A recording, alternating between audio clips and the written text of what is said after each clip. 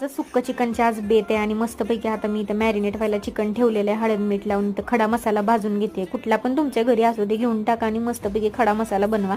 इथं मी कांदा मस्तपैकी उभा चिरून आहे ना भाजून घेते, लालसर होईपर्यंत भाजा. ह्याच्यामध्येच आपण आता तीळ टाकणार आहे पांढरी, कारण की ह्याच्यात का टाकते, कारण नंतर तीळ भाजायची म्हणलं ना वेगळी की ती डायरेक्ट उडून जाते, वाया जाते. आता खोबरं पण भाजून घेतलंय, मस्त ह्याचं वाटण बनवून घ्यायचं. ह्याच्यामध्येच आपण लाल तिखट टाकणार आहे आणि जो गरम मसाला आपण केलेला आहे ना तो पण ह्याच्यात टाकणार आहे. आणि ह्याच्यानंतर आपल्याला टोमॅटोची पण प्युरी लागणार आहे. टोमॅटोमध्ये आपण अद्रक लसूण पेस्ट आणि कोथिंबीर टाकून मस्तपैकी ती पण प्युरी बनवून घ्यायची आहे. पुढे दाखवतेच तुम्हाला. ह्याचा मसाला तयार झाला आपला की आपण साईडला आळणी बनवणार आहे. कांदा मस्तपैकी तेलात टाकून आपलं जे चिकन आहे ते ह्याच्यामध्ये टाकून घ्यायचं तेलात आणि साईडला पाणी टाकून शिजत ठेवायचं. आणि इथं आपण जो सुक्क बनवणार आहे त्याच्यासाठी थोडासा उभा कांदा चिरून मी टाकलाय आणि साईडला जो कांद्याची आपली प्युरी होती ती सगळी ह्याच्यामध्ये टाकली.